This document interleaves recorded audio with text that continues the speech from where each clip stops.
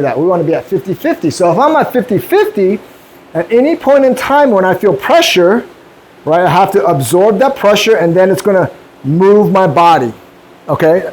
I don't want it to compress me. The minute it pushes me, remember, he's pushing on like this.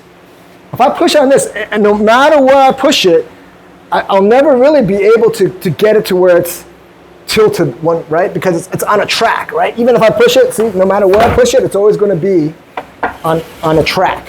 So my body needs to act like this. So if I push it up here, it'll move. Now, a little bit more top heavy, but it never goes, all right? So same.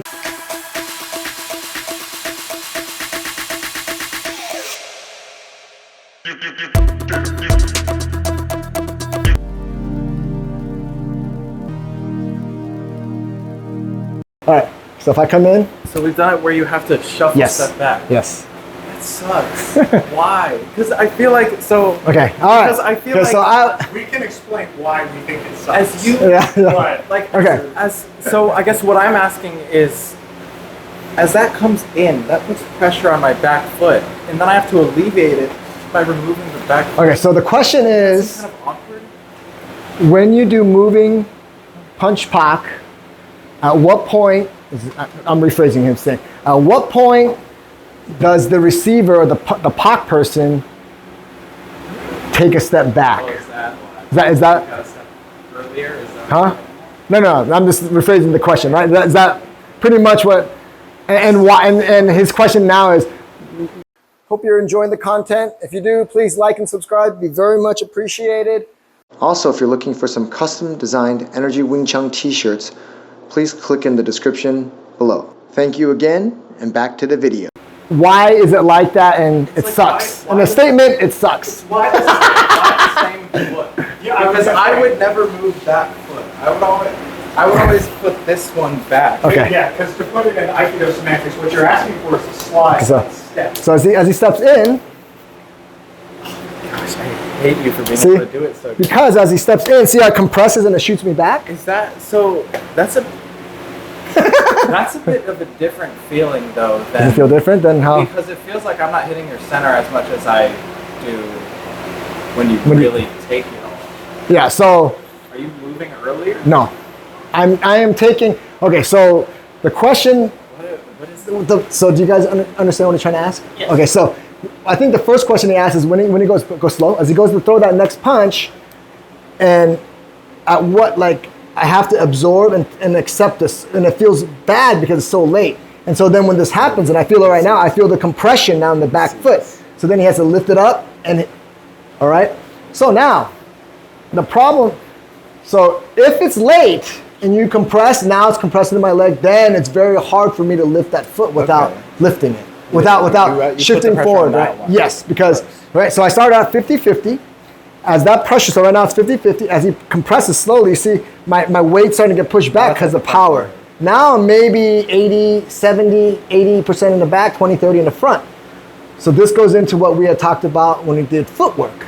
It's funny, that was just editing a video on this. Is that if we remove him and I put myself into the 80-20 or 70-30 stance, that's the problem right here. Is that because there's so much pressure here, how do I move back if I need to? And the only way is I have to somehow relieve the pressure off of this leg.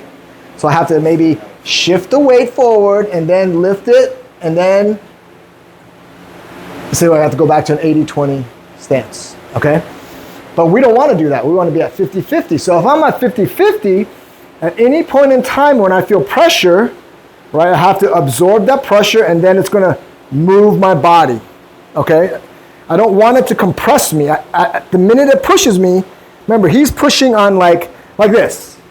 If I push on this, and no matter where I push it, I'll never really be able to get it to where it's tilted, right? Because it's on a track, right? Even if I push it, see, no matter where I push it, it's always going to be on a track. So my body needs to act like this. So if I push it up here, it'll move. Now, a little bit more top heavy, but it never goes, all right? So same thing, as he goes for that punch, as he goes slow, as he pushes, I will then, once I feel that pressure compress me, I let it go. I don't let it compress me to 80% or 70%. Okay. Does that make sense? Okay. All right. So and so now, did you guys have a question? I think Dwayne had mentioned. Do you guys have a question why we want to take that incoming pressure versus say he throws that punch and steps forward and I do this? You can't really tell the difference, right? Does it not look the same? I can't. It did, but again, the second one you kind of tell that it was anticipation. That's right. Yeah. And I did it kind of exaggerated. All right. And so that's the exact reason why we don't want to anticipate. How do I know how much pressure is coming in? What if, right? So I'm going to throw a punch for him, and he's going to, right? He doesn't know how much is I'm going to move him, right? So I could be like this. See, he moved, and I literally threw like very little power. So in essence, just do the same thing. I threw a little bit of power, and he moves. What did he do now? He put himself out of range. If he tries to attack me from there, see how far he is? He moves in. Now he's put himself out of range. But if he lets me compress him, and then now look, he's always in range. You see how he's in range? So now it's a slight exaggeration of what we're trying to do. But a lot of the key components or the principles are there. We want to let your opponent's energy dictate your movement and how far you move forward, how far you move back, right? Because the more pressure I give him, he compresses, right? So he's compressing, and if I can keep compressing, he's still in range. If he anticipates, now let's say he anticipates, I'm going to throw a light punch, but I actually throw a hard punch, so he throws a light punch, is he going to step further back or less? Probably less, right? Because if you think of something like this, there's no power, right? But so he's anticipating, this is what he's been feeling the whole time. I've been doing this, like no power. And all of a sudden I go, boom! This got nailed. You can't anticipate it. Either too much power or too little. How do you anticipate? Because the only way you can know how much power is coming in is by using your structure to feel it with the arms. Your arms are kind of like the ant's antennas, right? They're feelers. They feel stuff. And so once we make contact, right, he throws that punch, I make contact, that's my feeler. Oh, he pushed me back. Okay, so now, because once he does that, no matter how he pushes me, I'm always in range, see? If I were to guess sometime and I guess far, now look, I'm not in range. Or he throws a hard punch and I think it's soft. So that's why you can never anticipate it. Because think about it, if you get into a fight with somebody, likely how often have you fought that guy? Probably never, right? So you can't assume that a big guy is going to punch hard or a small guy is going to punch soft. It could flip, right? And so you have to use your structure to make contact, make bridge, and then based on that contact, make your decision. So at first it feels backwards right now because you feel like when you feel that pressure, right? Do you guys feel that? When you feel the pressure, you feel like you're too late, right? Like you feel like this wouldn't work in a real life situation. And to some degree, that's true. But what we're trying to do is train a skill set, is that you don't jump, right? Because jumping ahead and anticipating isn't going to work either, right?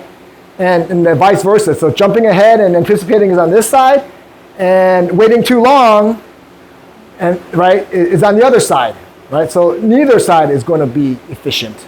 But we're so used to anticipating, we think this side works, but it doesn't work. We can prove it. Right? He doesn't know how hard I'm going to punch or how soft I'm going to punch. And the proof is when you're moving and you anticipate heavy punch, so you move back further and then it's only a little one, what happens to your distance? You're out of range, right? So what we're trying to do is go on this side, build up the skill to accept it because it's very hard to accept that the feeling of being late. But in reality, you're not that late, right?